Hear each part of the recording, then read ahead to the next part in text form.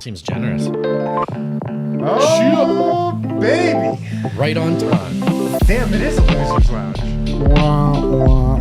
Dude, I feel terrible. Welcome into the loser's lounge. No, we don't deserve it.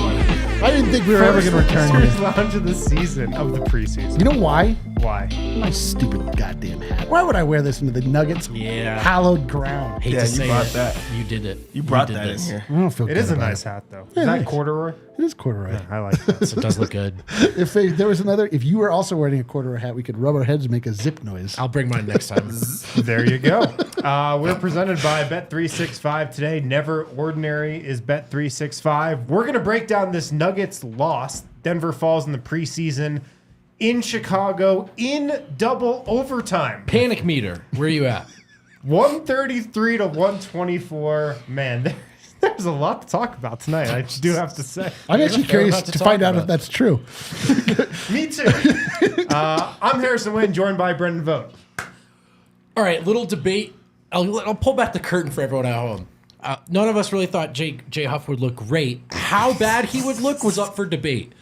Someone won that decidedly tonight. Bro, you don't know how many people in my mentions have been clamoring for me to put Jay Huff into the backup center conversation. I kept telling people he's not that bad. How did it look, though? How Eric, did it look?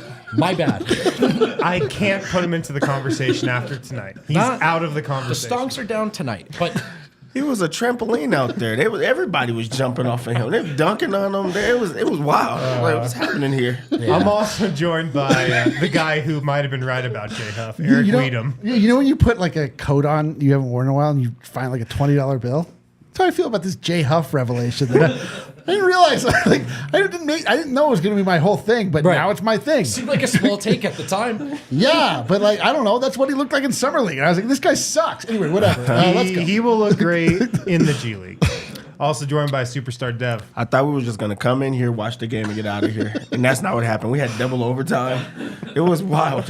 I could not believe that they wanted to continue to play this game. How about Braxton Key hitting the greatest shot of all time to force an overtime that most of the audience could have done without? Hey, that was a great play call, though. I will say that. That was a great I want to pass. get into that, and I could probably get into that on the quick rundown or the fast breakdown. I forget what we call it. Fast breakdown. Brief recollection. Yeah, the expedient It's the- retelling. What you remember. I want to skip through most of the Game. first 4 quarters of that game. The gist of it is the starters I thought looked pretty good. We can talk about Nikola Jokic and Jamal Murray's night. The story of the game was, at least in my opinion, the bench was an abomination for most of this game, and we'll get into that for sure. But I want to skip ahead to late in the fourth quarter. The Bulls were up 111-110, and the Nuggets had the ball, final possession type of thing, and they drew up a 3 for Andrew Funk. That was a miss. But then the Nuggets got the ball back. Yeah, because after- Funk shot with quite some time left Yeah. on the clock. He left some time on the clock. Nuggets got the ball back after an out-of-bounds review.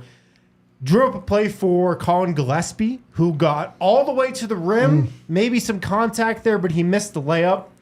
Bulls ball. They go 1 of 2 from the line. Nuggets are now down 2 with 0.6 seconds left. They have the possession again.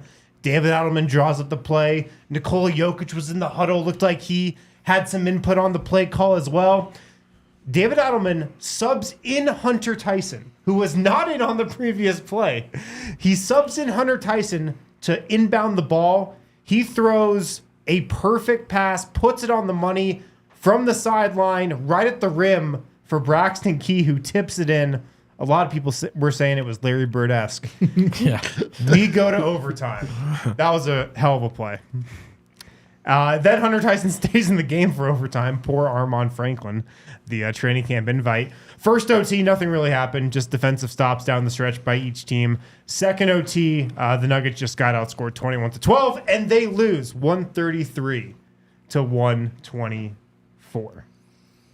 You want to know also why? Not just because I wore this hat. I put money on it into the start of the second overtime. I put money on the Nuggets. You did not. No, I'm really glad you did because someone needed to force an outcome. not. We had to force the basketball god's hand. I watched it happen, and he wasn't alone. There was We had to force the hand. another of DNVR You member put did your it. money in the hands of Jay Huff. He did that for us. I put my money in the hands of Bet365. They now own my money. It's theirs. All right, let's get to big takeaways. Brendan Vogt, what's your big takeaway? My big takeaway is similar to the headline, but it's a bit more nuanced and couched. I do think even if you're feeling good about the direction that this bench is headed in, it's probably wise to buckle up for a turbulent season. That is not the same as the bench will be the reason why they don't do X, Y, or Z. It's that it reminds me a lot of last year, where I think between Christian and now Julian, you can go, okay, maybe they can get to 6-7 guys you feel really good about by the end of the year. And that's great. In the meantime, the predominantly second unit lineups could look really rough again this year, just as they did last year. Yeah. And so that's kind of what I'm bracing myself for. I like the philosophy. I like the players they've added. But I do feel like I'm just prepared for those non-Jokic minutes to there's going to be an Atlanta loss where we lose our minds in the middle of the season. Absolutely. You know, and it'll be because of this. So does it mean the Nuggets aren't contenders? No, of course not. But am I concerned about the bench? I'd say so. So we've gained no perspective, is what I'm like. Last year gave us no perspective. Right, yeah. Well, I mean, the bench matters in the regular season. It doesn't matter as much in the playoffs. Right, you got to get 6 or 7 that. guys you feel good about. And this group can do it. I feel like there was only one takeaway from this game. What's that? Julian Strawther, man. He's legit. He did it for not one game, now 2 games in a row where he was shooting with confidence. He was shooting deep threes. He was shooting in the same way that we saw in the first game, like great form. Julian Strawther's a player. Yeah. Do it once, okay. You're going to declare it right now on this He's a player. podcast, Thursday, October 12th, after a double OT loss against the Bulls. Julian Strawther is a player There you go. in the NBA. There you go. There it is. That's the only takeaway. Everything else was like, man, Andrew Funk is on the TV. Yeah, I You mean, know? that doesn't. I mean, that he shot, to be honest, really Andrew matter, Funk had some but- good shots too. But Sure. Julian Strawther's a guy, man. I'm feeling it. Adam Morris called him Juancho Hernan Gomez without a neck. He did say that. No, I mean, I agree with both your guys' big takeaways. Dream Creation Media. Dude, how is it only me and Dream Creation Media are able to see the truth? That guy, Jay Huff, looks awful. He looks 40 years old and plays like You it. two people know ball. You two people know Why ball. is it only the two of What us? if Dream Creation Media was Eric's burner? That would be such a... Love the show, guys. I'm open. Oh, man. We love you. I agree with both your guys' big takeaways. I do think Julian Strawther is probably a player, and I do also think we're in for a really turbulent, rough season with the bench. Although I do think the bench will look a lot different when it's Christian Brown out there, who I think can change the whole dynamic of that group. With some staggers. With a starter like a Jamal Murray or a Michael Porter or an Aaron Gordon, and you've got Justin Holiday maybe coming off the bench too. But during this game, the only 2 guys coming off the bench that I trusted were Julian Strawther, and it would have been Christian Brown too.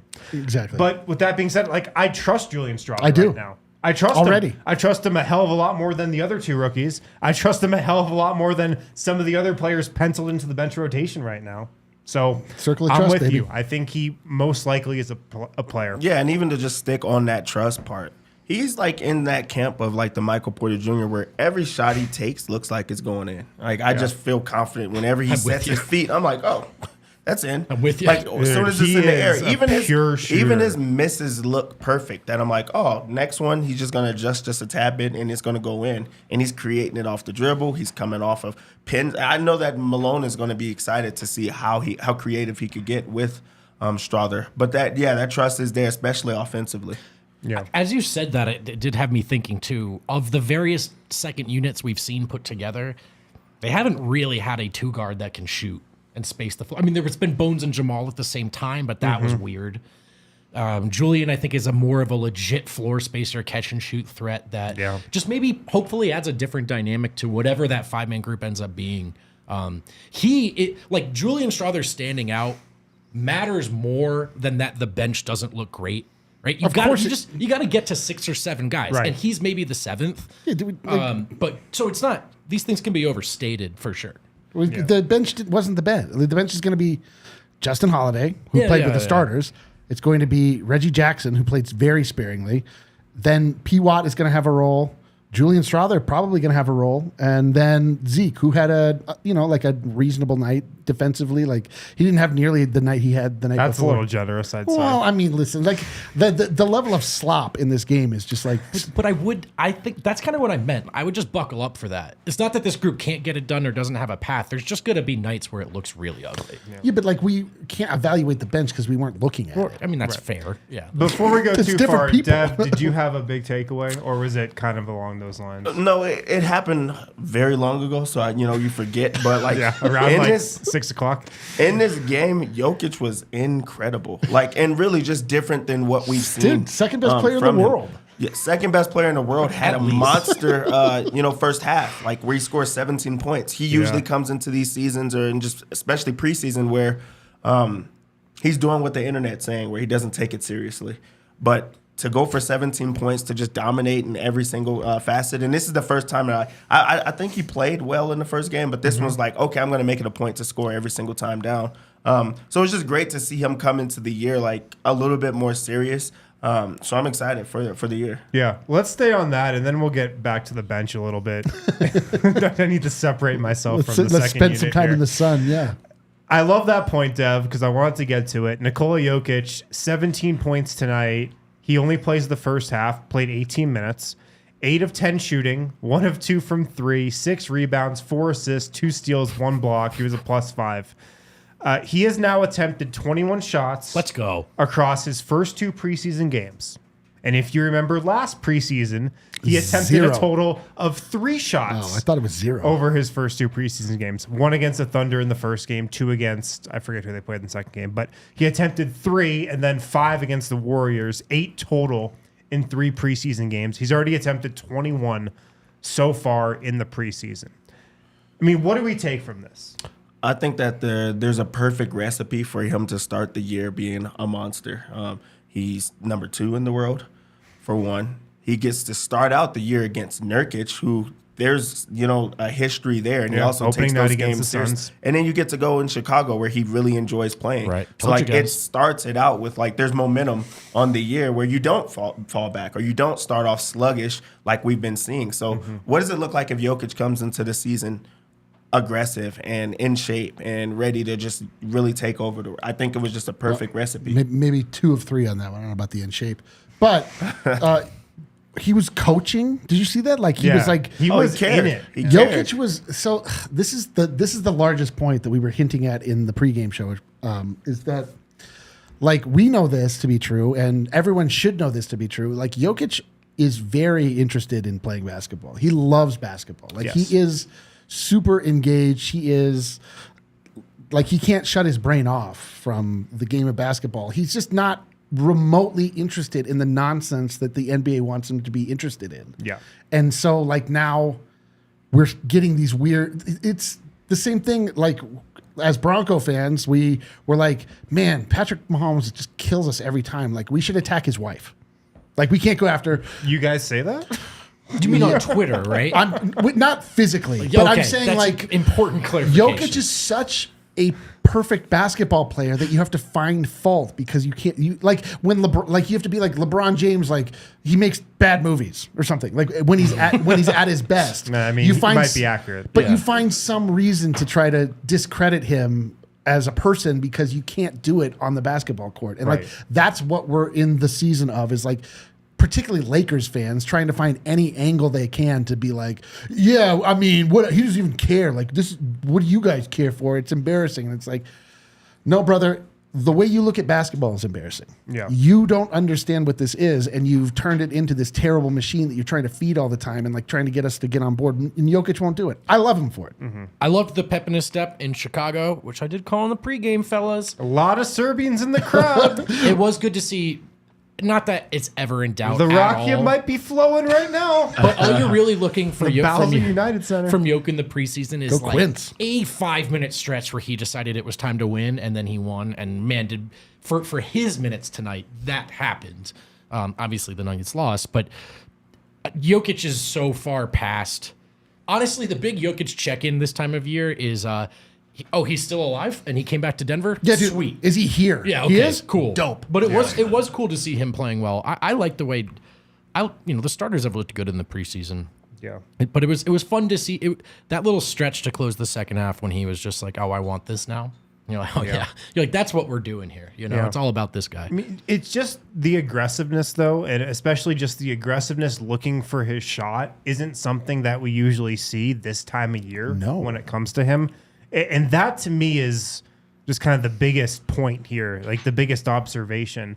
And it's just more momentum coming from training camp, coming from practices where, we observe Jokic being enthused about the season starting and just being ready to go and being, from what I can tell, excited about this year and getting back to the grind and being back around his guys and just he's in it, man. And I just genuinely get a sense that he's excited for the season. He's ready to go.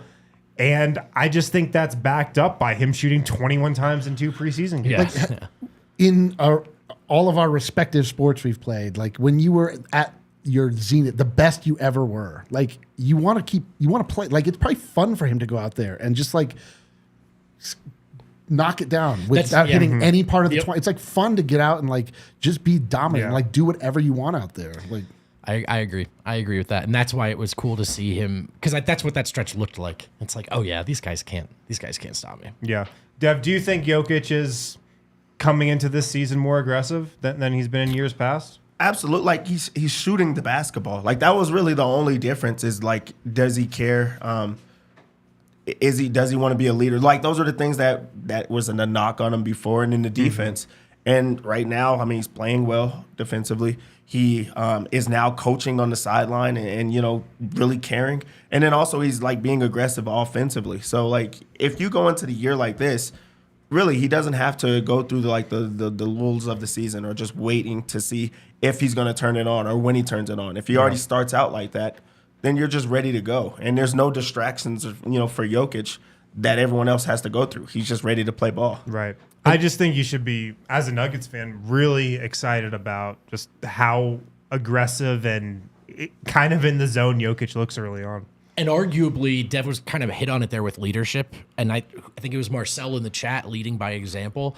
Arguably, Jokic's real utility here is if he approaches it as he has so far, it's better for everyone else, particularly the young guys. That cut for Julian Strawther, the give and go with Jokic, or maybe it was just a back cut, I don't remember. But it's good for him to get that, and see that and lead by example, right?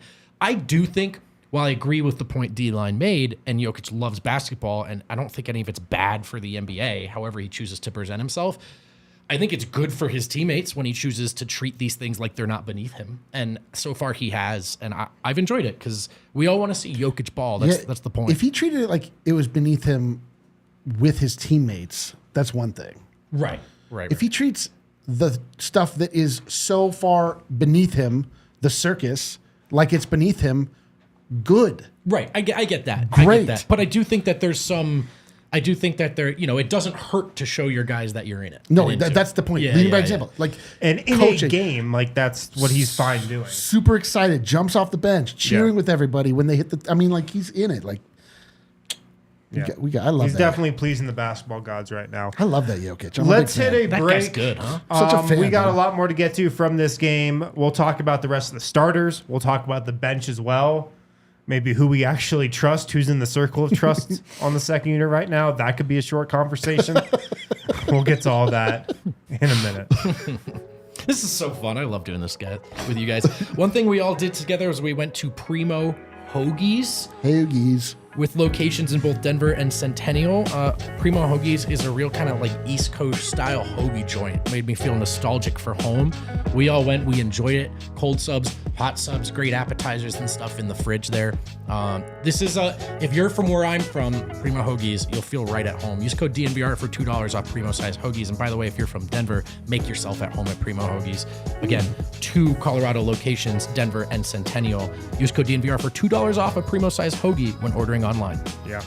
And at Bet365, we don't do ordinary. We believe that every sport should be epic. See for yourself when you sign up today, and you'll get $365 in bonus bets when you bet just $1. We also have DNVR custom bets. If you log on to the Bet365 app, you will see actual specific bets with the DNVR logo right next to it, with Nux, the DNVR mascot right there, next to specific bets that we've come up with for you guys to bet on. And I think we're going to have a bunch for Nuggets season as well coming up.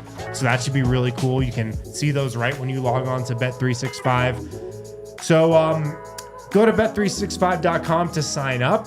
Keep an eye out each week for new bets on bet365.com. Ride with DNVR and place your bets using code DNVR365 at sign up.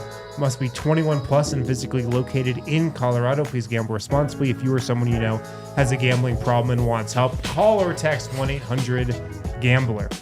If you're curious what not betting responsibly is betting at the start of the second overtime for the Nuggets. That was Third stringers in. What was that number again? That might, out of all the bets we've made over the last 4 years on this show during Nuggets games, that might be the worst bet of all time. Well, you say that now. I mean, Like, come on. really, who was the best player on the floor at the time? That is a Huff. terrible bet, D-Line, man.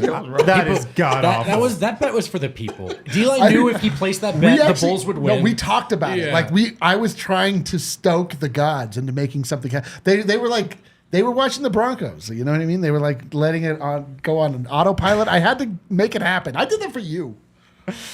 Let's run down the rest of the starters who are here before we get to the bench. Jamal Murray played in this game. He was questionable coming in with hamstring soreness. Was a game time decision, but did play 18 minutes. 6 points, 3 of 6 shooting, 0 of 2 from 3. Still hasn't found that 3 ball in the preseason so far. But he did have 5 assists and 3 steals. And my takeaway from Jamal's night is that his ascension as a passer is still going. I thought he had a lot of nice passes today. Obviously, the 5 assists. He had a behind the back bounce pass to Jokic. Yep. In the paint on a pick and roll. He had another wraparound in the lane. I loved his passing tonight. That was probably my biggest takeaway from his game. Love that breakdown. I agree. And I think, you know, if this were a presser and we said it, Jamal would be like, you guys know I do this. But the pass, he seems more willing than ever to pass to me after that 16-4 run. Because it seemed, and this is just my guess and projection, but it seems to me like maybe something clicked for Jamal where one of the ways where he can just be better and dominate is through that, right? Yeah. It doesn't have to be 40 points. And this ascension has been coming for a long time, but I think we've hit the peak. I say all that to say, if this is just going to be how he approaches games, it's going to be a real treat to watch this season, fellas. Because I love the way he's running the point guard position, and that matters to me more than whatever he shot from 3 right now.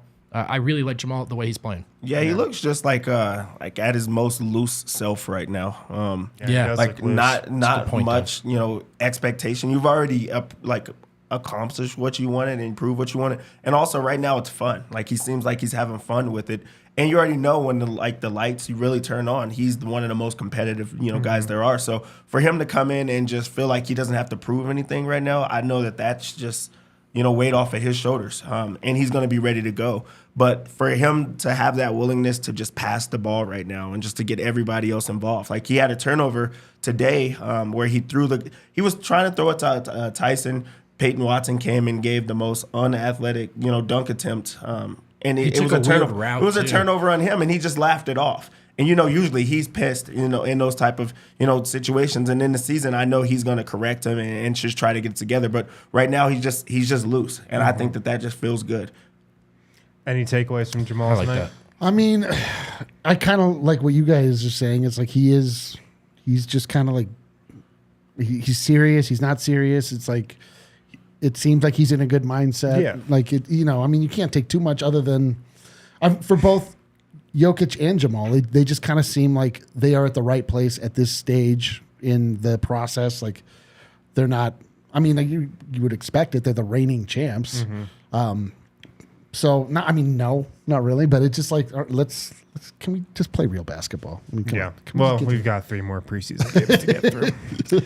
The other starters, KCP, 7 points. He made his only 3-point attempt. His shot looks really good right now. Justin Holiday got the start again for Michael Porter Jr., who was out again with that ankle sprain. And he shot 2 of 4 from 3. So I think that was solid for him. And then Aaron Gordon played tonight, 18 minutes, 6 points, 3 assists. He had a great touch pass. I think that was to Nikola down low. Kind of caught him off guard almost. Early on. And I don't know. I just think Aaron Gordon looks like he's going to have a monster season. Monster. The year of Aaron Gordon? I wouldn't say that. It's going to be the year of every single Nugget. Every Nugget is good. But no, really, with the KCP, that's the one that's like standing out for me right now. Like, good call. He's just shooting the piss out of the ball. Like, it just looks so confident. Like, he knocking down everything. Yeah. I think that he's going to shoot at a very high clip this year. And again, when you win championships, I just think that it comes easier for it. Like, he's not trying to prove himself. He doesn't have to go all out on defense now. He's just like, hey, I'm going to knock down the shots when they come to me. Some nights I'm going to have it. Some nights I'm not. And then with him and Aaron Gordon and Justin Holiday, you just kind of know what you're getting. So it's just steady. They don't have to step out, more than what they're supposed to give. They're not just doing anything extra. It's just steady. The record for 3-point percentage in a single season is 54%. 53.6%. Who? Kyle Korver. How many attempts on that? 2010. Yeah, there has to be a minimum one. But that 4. He's probably getting like 4 up on that, right? like that obviously hit the minimum, but I don't know how many attempts. KCP shot 46% from 3 last year, I think. He looks automatic right now. I love that you shouted him out because I think he's almost the easiest part to overlook. You pencil him in for what he does. Yeah. And you expect him to do it, but Korver only attempted 2 threes a game. What? That season. No kidding. He's got the record, though. Well, that's how he got that percentage. But yeah, I agree with Dev. Yeah, I have a hard time. Like, I can't even. To be honest, I barely watch the starters. You were betting on J Huff. No, I was just watching Jokic, and I was looking at what are the Bulls gonna do? Like, I'm just so nervous for CHGO. Like, you're watching Dalen Terry, and you're like, Dalen Terry brother. is so bad. I think. Really, I'm telling you, like, all I do is look at how players move, and it serves me every time. Who do you like on the Bulls who moves well? Who moves well on the Bulls? Zach LaVine moves really well. That's true. Yeah. He's honestly the only one. Damn, they have one good player. They only have one good player. Who's the fellow that dunked at the end of that game? Oh, he moved well. He moved pretty well. That was Quentin Jackson. I had to look him up because I did not know who he was. Those dunks were insane. He was moving well then. Yeah.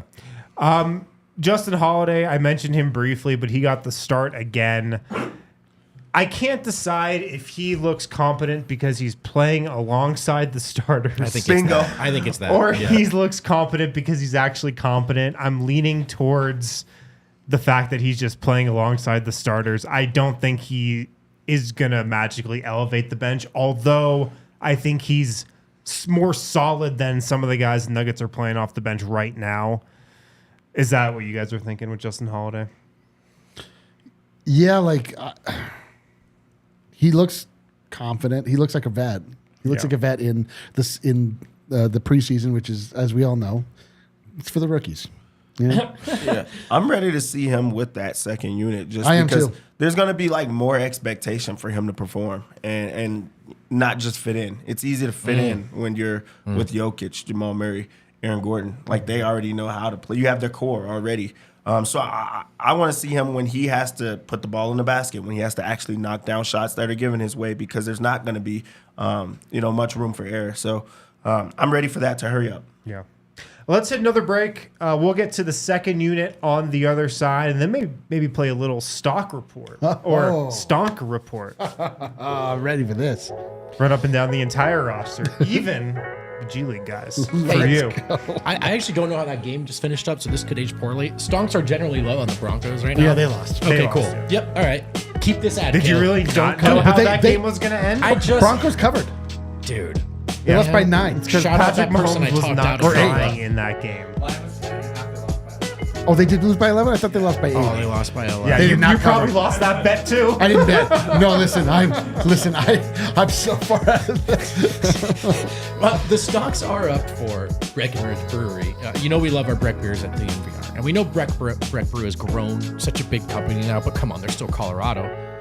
They're some of the best of Colorado, right? Check out the Broncos Country Pale Ale, the Avalanche Amber Ale, the Mile High City Gabalaga, the Broncos Country Pale Ale, Fun Slinger, and the Good Company Hard Seltzer. So many options, so many delicious ways to enjoy Breckenridge Brewery.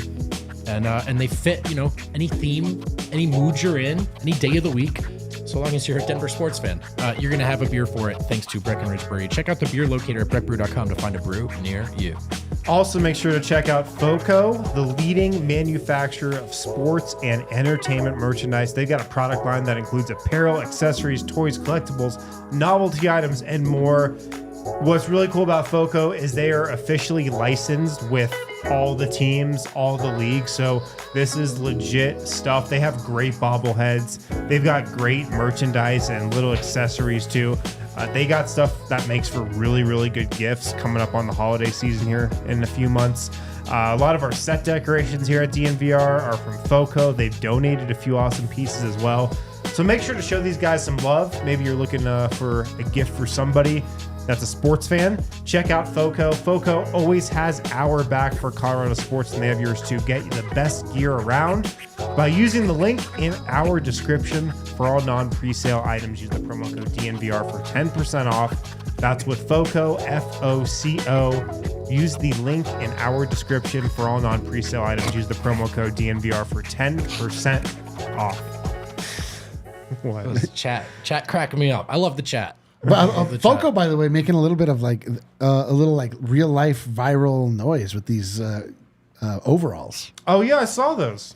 Everyone is they're everywhere. These You see those team oriented overalls out there. That's FOCO. That's Yeah. FOCO. They're cool. They're very cool. Yeah, I like FOCO. Great brand. I want some overalls. All right, we're back here on the DNVR Nuggets post-game lounge, presented by Bet365. Never ordinary. so funny? Is Bet365. Let's move on to the bench, which I think is the big takeaway from tonight. I felt like it was a relatively positive night for the bench in Game 1. This, though, felt like a real negative night. And the disclaimer is that the Nuggets played a 5-man bench tonight. They played a 5-man bench in Game 1. I would be very surprised if they played a 5-man bench in the regular season.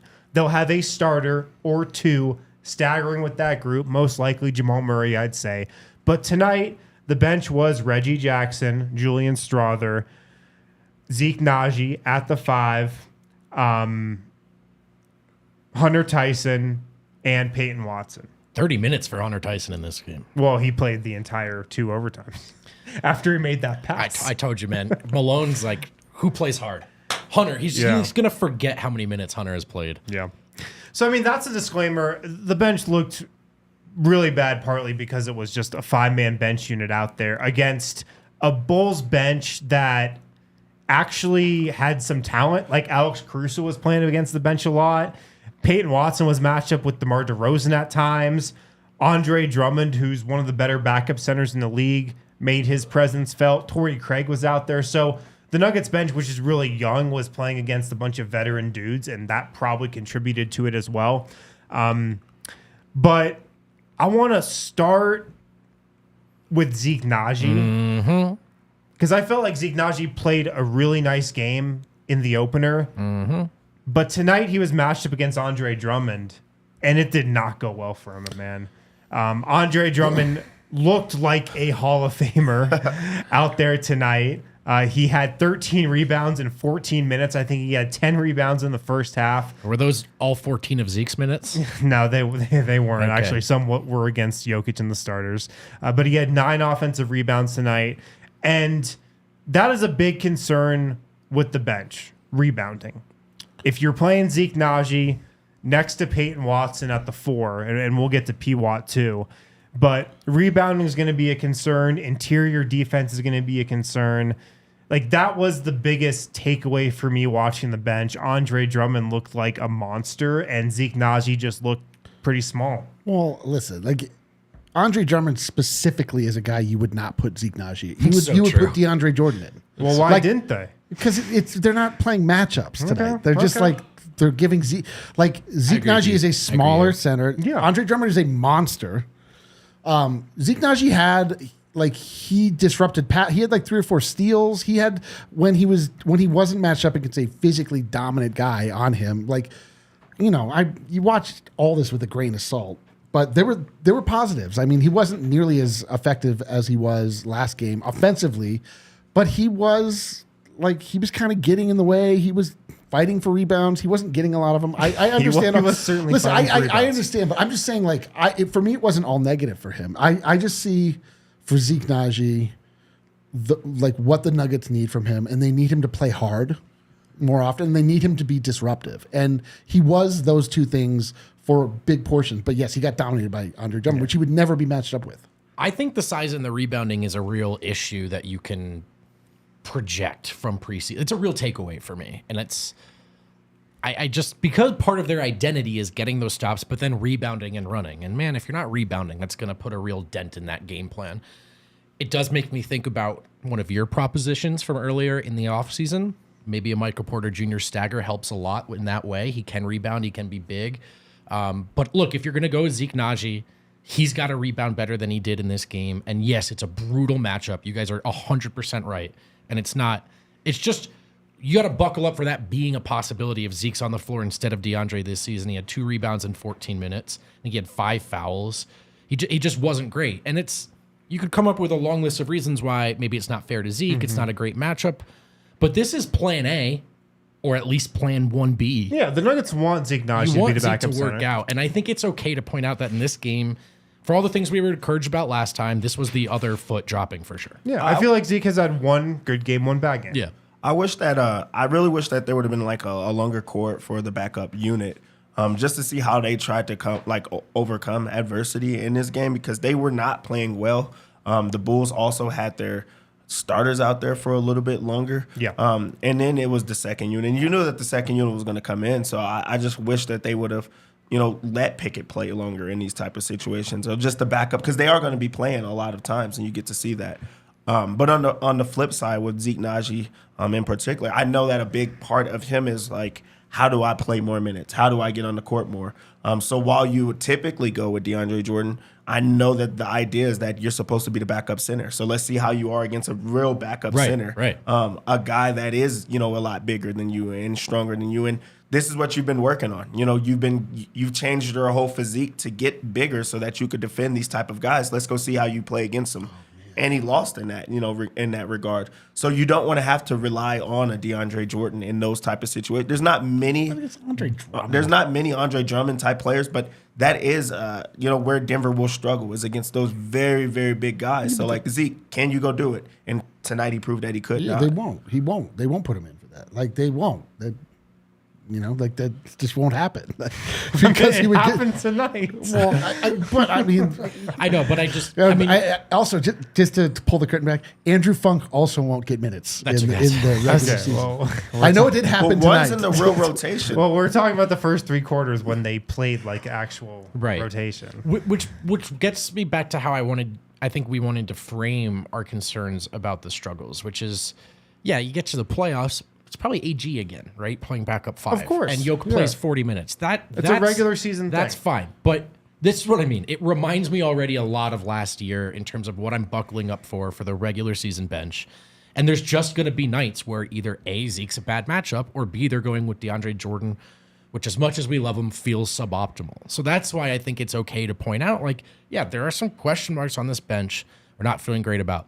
Having said that, Christian Braun would help a lot, even in the rebounding department, Yes. perhaps especially so. Yes. Another guy on the bench tonight who I did not think had a great game was Peyton Watson. Yeah. What'd you guys think of Pwat tonight? Yeah, I agree. Yeah. I agree. Peyton Watson tonight looked the opposite of how he looked last game. Like, we praised him, or at least I did the day after, for playing with poise and playing in a way that, like, having like predatory type movement. Like, he was getting blown by a lot, and then doing that thing where he trails to try and pick up a block after the fact, which wasn't proving very successful. Like, if Pwat's not playing great defensively, then you kind of have to buckle up. Like, oh my god, like, what are we gonna get? He was, like running the in the fast break, running the floor. Like, he was not.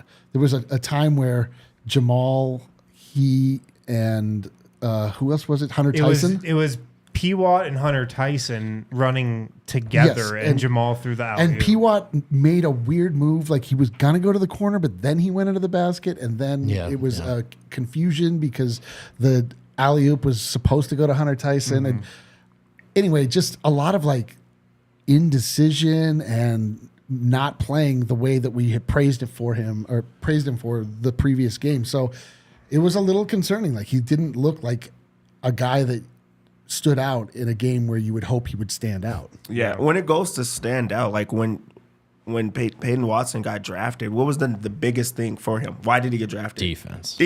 We're We're not and seeing potential. those type of things. Like, when you say that he had a bad game, it's all offensively, or it's like, decision making, and it's all offense. That's your mindset. But it should be like, how do you stand out defensively? How do you step up and just lock somebody down or give somebody a hard time? Like, he's not harassing guys the entire time where, that's where you're going to make your stamp, because there's never going to be a game that you're relying on Pwat to be the offensive guy, So, like, how do you earn minutes? And it's going to be being a lockdown guy, being a guy that can, force a few turnovers and things like that. And we have been seeing those highlight plays, like the chase down blocks and stuff like that. You need to see more of that, where it's the hustle. Like, in this game, I didn't feel like he was working harder than everyone else, or he was forcing guys to go, something that they don't want to go to. So you want him to just pop in the defensive ways, and then just own that. That's what he has to do. Yeah. What do you think of Pwat tonight? I mean, you said the word raw last show, and I think it's just really apt, in both ways, good and bad, right? Like, all of it. You see the raw potential in the athleticism.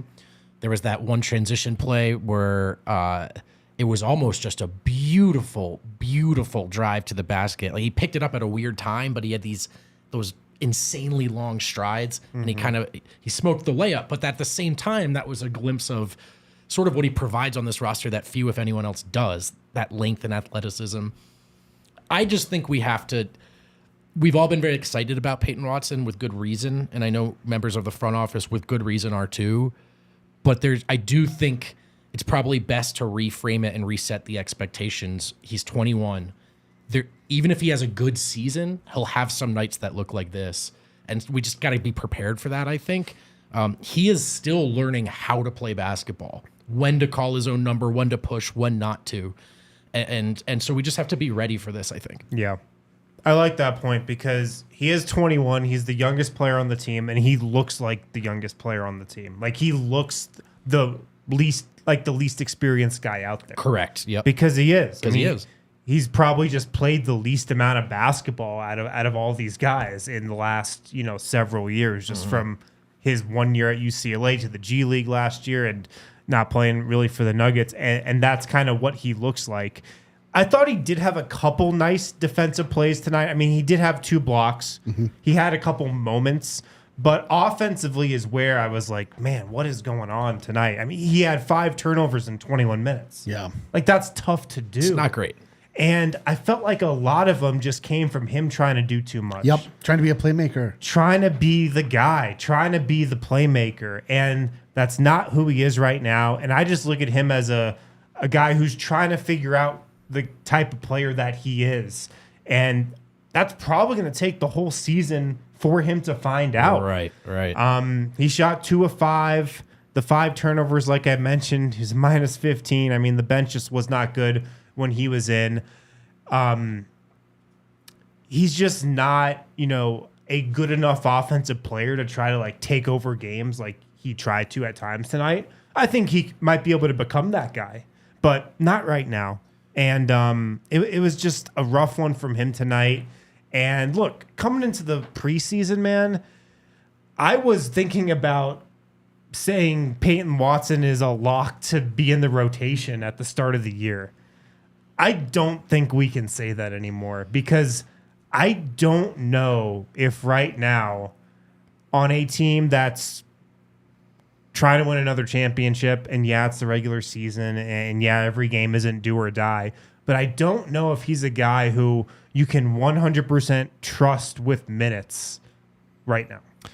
I think you're right, and I think it might have.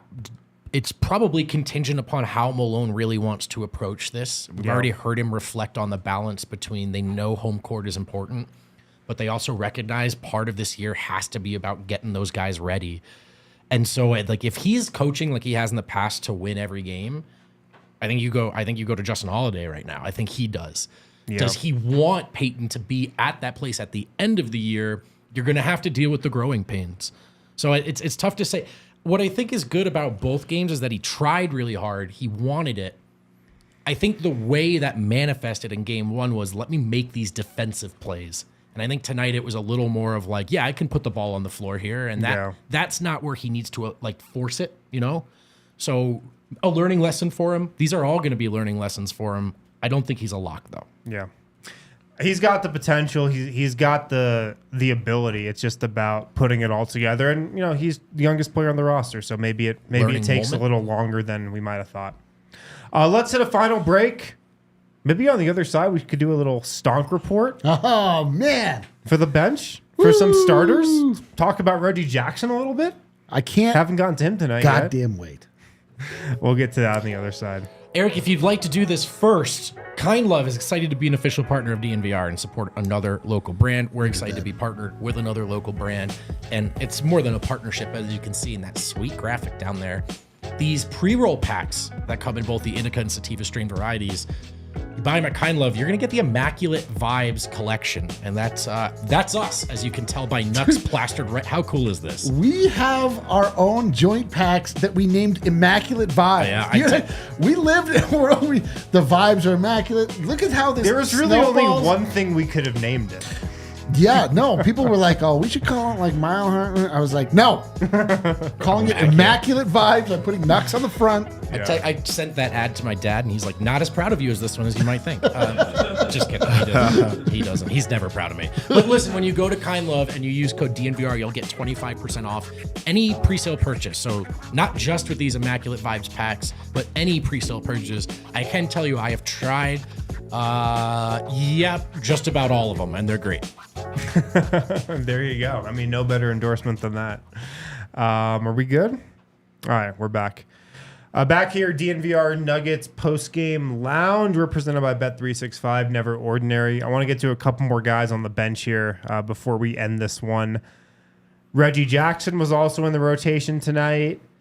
Hunter Tyson was in the rotation tonight as well. And Julian Strawther, who we talked about off the top, who had his second consecutive strong game. He looks like a player to all of us.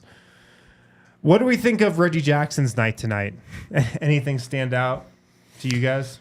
Made a couple shots, made a couple bad passes. Like it's just like the Reggie Jackson preseason experience. Like it really just, it was a step in a copy and paste from the last game. Like kind of true. You know, it's he hit 3 threes. One of them was a half quarter, and the other was a goaltend that definitely wasn't going in. No turnovers that the Bulls got called this time, for. at least. I mean, he definitely didn't look like a backup point guard. Like, you don't see him running the offense or getting guys set and stuff, especially for him to be a vet. So that, I mean, it's going to poke his head out eventually. Like, right now, he made some shots, so it didn't look that bad. But didn't have any turnovers tonight. Yeah, but he's not setting the tone. He's not, getting those guys. And those are young guys, so it's on somebody to be able to just bring them in and just calm them down when things are going bad. Like, it went bad when they were on the court, the backup units. And I'm not saying it's him, but, like, who's going to, like, calm them down? Who's going to get them ready? And it's just not him right now. Interestingly enough, he logged the fewest minutes of anyone who really played tonight. DeAndre came in behind him, I think. But yeah, I'm with you, man. The shot making is cool, but it's not. I know that he can hit those shots sometimes. It doesn't really alleviate my concerns. You'd love to see him come out and just string a couple great point guard performances together. And that's really where the growth seems like it matters. Having said that, it's better for him to hit these shots than not. 3 of 4 tonight, no turnovers, step in the right direction. But I'm with you guys that I don't really want to see Reggie a shot maker. I want to see Reggie the point guard right now. Yeah. Hunter Tyson shot 4-13 from the field, 2 of 8 from 3. He was in there with that bench unit as well. He's now shooting 4-19 through 2 preseason games. Quite a bit different than Summer League. His best play of the night was the pass with 0.6 seconds left that led to Braxton Keys tipping the force OT. What are we thinking with Hunter Tyson right now? It's not ready. It's not ready yet. Like, he looked his best when we were at the deepest depths of the bench. And he was like kind of the guy a little bit on the floor. He looked more confident. He was hitting a couple shots. He looked a little bit more like what we saw in Summer League, but he's not ready yet. He's just not. Like, he doesn't have the right mentality. Yeah, I said this last game, and the lights look a little too bright for him. That's what I mean. Like, he's not confident. He's not like the preseason lights. I'm surprised. I really am surprised. Yeah. Like, I thought he played with such poise that it would be an immediate. Because he is older, he like played all 4 years, right? At 5 at Auburn, Clemson, yeah, 5 years. Same thing, right? The South. It's I mean, close, whatever, sure. whatever. The Monroe. I don't know where any of these things are. Monroe is in North Carolina. I don't know where anything is, and I don't care. But I thought that he would be a little bit more ready. Like, and he doesn't seem that way at this moment. I don't know. We'll see. I love that they played him through his rough times. Like, he really got an opportunity to work through it the entire time. But that the things that you want to see is there. So we just talked about Reggie not being the backup point guard and running operation. Peyton Watson not being the defense and knowing that. What we did see in Hunter Tyson was he played hard the entire time. He gets 5 offensive rebounds. He overcame some adversity. He could have hung his head, but he checks himself back in and makes that pass, and then just continues to play hard. I also think that it's great that he just doesn't just figure it out as soon as he gets to the NBA. You have to go through the ups and downs. You can't just go straight into the rotation and we found a gem and everything's perfect. No, you have to work. You have to work hard. You have to go into the G League. You have to, be a guy that has to go through the tough times. And is he going to go through it? I think so. And then Malone's going to put him through it. So this is what you should expect from a rookie. That's what he is, a rookie. Except for Julian Strawther, who's the greatest player of all time. I really like it's that. coming. It's coming. Yeah, it's going to happen. I really like that point, Dev. And to that point, Hunter's approach tonight through 3 quarters, and through 7 quarters if you count game 1, he's not hitting anything. It's not looking good. But yeah, he finishes with 5 offensive rebounds, like you said, 4 assists, 3 steals, and a block. Love and that. That's gonna be his path to. And I don't think he's ready right now. But whenever he gets on the floor, it is a kind of Christian Brown Facu thing of just in terms of endearing yourself to Malone. He goes, he plays hard. He's not gonna quit because he missed some shots. So that's a good trait. I think he's got a little bit of a tweener thing going on in a not great way. I'm not sure quite. Does he have a position? Does he have a position? You know what I mean? He's a little small, but yeah, he has looked small out there. He's a little, but let's give him some time. I mean, it was almost a lock that when the last pick of their draft was a goofy looking white dude. And he is playing a little out of position. He has a 3 that's playing mostly 4. And he went off in Summer League, and we're all like, can he play? It was a lock that he was going to struggle in these games. So I'll give him some time, but I like that he played through it, like Dev said. Yeah.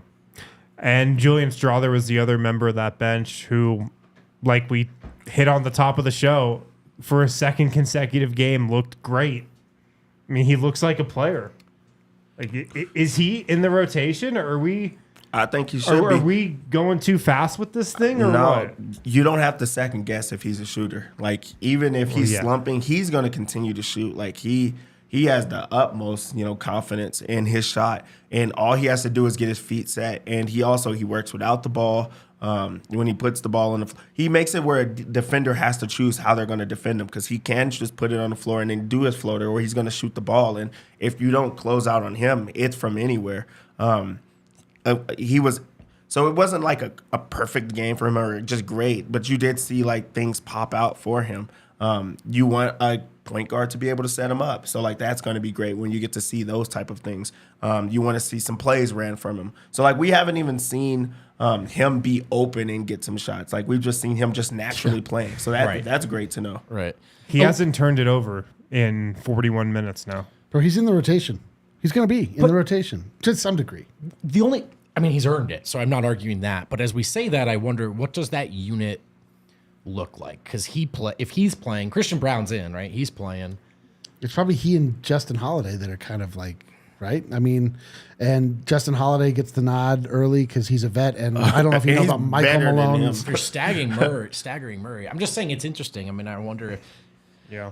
Okay, here's a thought. Does Julian Strawther's emergence get you to a place where maybe Reggie doesn't need to be in the rotation, and then it's just Jamal staggering and Strawther and Christian? I don't know. But you have three positions that Strawther can go behind. He has KCP. You have Jamal. You have MPJ. Like there's different times that he can get in different positions because he is so big. He is so long, and he can shoot it. So like when you talked about being a tweener with a bad thing, he's a guy that you could just put out there and he's going to make something happen. He's just productive. Yeah. You just trust him, man. No turnovers so far. He makes good decisions. He makes good reads. He doesn't look lost out there. I feel like he had a couple mess ups defensively tonight, but he looks like a stud. He honestly looks like a guy. Great pick. Great pick. Unbelievable. I will say tonight was a little more contingent upon just taking and making those threes. And by the way, he made them and he's shooting the cover off the ball. And that's what he does. And he missed his first two and he kept firing. And that's what he does. I will say, if we're just for the sake of going through the whole thing, no rebounds tonight, no assists, not quite the same all-around performance that we saw in game one. But also, I mean, if he was doing that every night, then... repeat, here we come. So it's good to see him still hitting 4 of 8 anyway. Yeah. I mean, if I had to guess, I would say opening night, he might not be in the rotation right away. I mean, yeah. This you just have to look at who's making the rotations. Right. It might be a numbers game, but he's the offensive firepower that second unit needs. Totally, man. Totally. Yeah. Right now, nobody on that second unit can really get a bucket. And Julian Strawther isn't getting a bucket one-on-one, but he bends the defense in a way that nobody else coming off the bench really is right now. Do you think he likes salmon burgers? Only one way to find out. Why would you put that into the atmosphere? Also, you should just put I'm just saying. Why would you say a that? Slot one. I'm saying a replace. We wanted to have we this. could just do a dessert or something like strawberry strawberry shortcake. The strawberry shortcake. Yeah, you got to. Cool. Got to. Now we serve desserts at the DNVR bar. As of this moment, as of right now. For him. New menu coming out soon. What could go wrong? I'm saying though, just to say, we were me specifically, very excited about Bones Highland because he could shoot the ball. We were all excited. Bones Highland, very volatile as a person, as it turns out. Julian Strawther does not strike me as that. I've seen comparisons in the chat. I myself see it as well. I see a little Jordan Poole in his shot and the way that he, the best parts of Jordan Poole. Mm-hmm. But I'm saying Jordan Poole and Bones Highland are the same kind of volatile kind of player. If we can get just that, but without the other parts, that's amazing. Yeah. Yeah, I do. NBA haters, I'm with you on the point, man. We know you only need 6-7 guys, so it's not. We're just trying. There's going to be a whole season between now and then, so guys are going to play. Yeah. And so what is it? I do feel tonight. I feel more confused about who those guys are and where they should play and when and why. The bench is, like Michael Malone loves to say, a work in progress. Absolutely, it's a work in progress. Is there anybody else we want to talk about before we get out of here? D-line. What did you guys think of Pickett? I feel like I barely noticed him tonight. Yeah, I didn't see him much tonight. I liked his first game. I didn't really catch anything tonight. We could talk about Colin, who had flashes. Colin actually had a great game. He didn't. His numbers look terrible. 13 points, 4 of 11, 2 of 7 from 3, 4 assists, 3 turnovers. He actually, up until, like, I was a little bummed for him that he did not get that last shot to fall. That would have felt good. Because he actually was a guy that, for me, was flashing all night in that he looked steady again. Yeah. And not only steady, he looked powerful. Steady Gillespie? That's what I'm saying. Like, we got back to steady Gillespie. We thought maybe that was just like a mirage. Yeah. But he looked not just steady, but like I said, powerful. Like, he was driving the lane. He had confidence. He was like shooting it with authority. Yeah. Are you reading something, or are you reacting to what I'm saying? I can't tell. I was reacting to a comment, but Okay. keep going. But I actually was like, okay, because there have been moments. We talk about basketball all the time. We're always slacking one another. Like, like we kind of, the general consensus was that maybe Colin had lost a step or two, and maybe the rest of the players had passed him by a little bit. And tonight I didn't see that, man. Tonight I'd like he looked like he belonged. And so what that means, I don't know, but like it at least in my mind justified the faith that the front office has had in him to keep him on the roster after a catastrophic injury, not bring in another player to see if they could find a future with that player. I mean, I liked what I saw out of him. I think Colin's a really good basketball player. Like, he's a really good basketball player, I think. Yeah. I just don't know if he has the physical tools to be a point guard in the NBA. With the preseason, like, I feel like you are supposed to read into things, when it comes to like the rookies or like the young guys. And this was a game where Jamal stopped playing early on. Reggie Jackson didn't play a lot of minutes. So it was about, getting a long look at Pickett. But right now we're talking about Gillespie. Right, it's a good point. So like Pickett didn't stand out in those ways that we were just talking about Gillespie. And also, Pickett is supposed to be that guy that we thought was going to be in a rotation because he had a good summer league. And this was a guy that they drafted and really wanted to see. And they drafted him, like they reached to go get him. So for him to not pop right now or to be the guy that they're just going to give a longer look or give those minutes in the preseason, it just shows that he does still have a long way to go. Yeah. And again, you need a point guard. You need a backup point guard. You have Reggie Jackson right now. And there's not a lot of people that are very confident in having Reggie Jackson. So you having to take a look at, Gillespie, having to take a look at Pickett. Like, I do think that next game maybe Pickett plays longer. But that is a real thing, a concern that you have to have. So that is something that I think we should all be paying attention to. Yeah. Listen, Colin is going to be a weird one to evaluate because he knows how to play basketball. He won the Point Guard of the Year award in 21-22. The Bob Cousy Award. Played for Villanova, was effective for Villanova. If you're seeing utility from him as a true point guard, he's got it in spades. But I think Wind hit the nail on the head. Is any of that going to translate because he just looks so small out there? We saw a little bit of that in the final possession, though he might have been fouled. But you're gonna see nights where it's like, oh, this guy looks like he knows what he's doing because he does. Yeah, I just think that I think that like the book is not closed on him at all. Like I see him getting better. I see him getting stronger. Mm-hmm. When we nicknamed him Steady Gillespie, he was at his strongest, and then he had a really, again, catastrophic injury that like he had to rehab from. He had to regain his strength. It was in his leg, and that is where all of your power comes from, particularly on the basketball court. And especially a guy like him. Yes, and so like it's encouraging to see with basketball more than any other sport. Like I've just learned that you just have to look at improvement. And if guys are getting better, you stay with them, and you just can. You can't just like write a guy off really early and just be like, "Oh, he sucks." But if you see teams and guys getting better, like there's a lot of time to improve in a basketball season and year over year. So I'm interested. I'm still interested in what Colin has. Yeah. Well, we've got 3 more preseason games to see what he Let's has go. and what the bench has and what some starters have.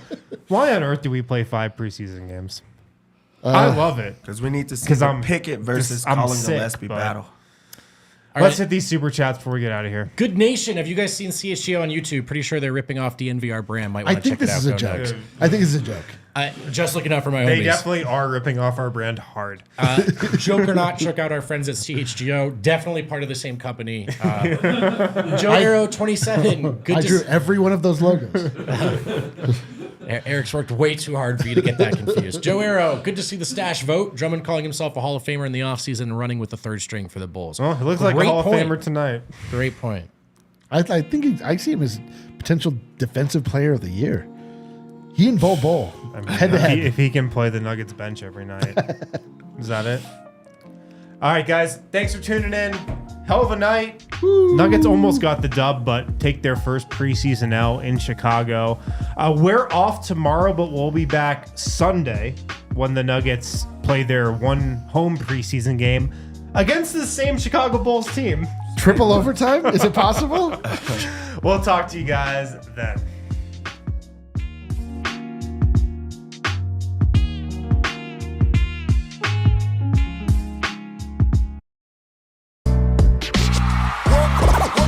City like the mayor.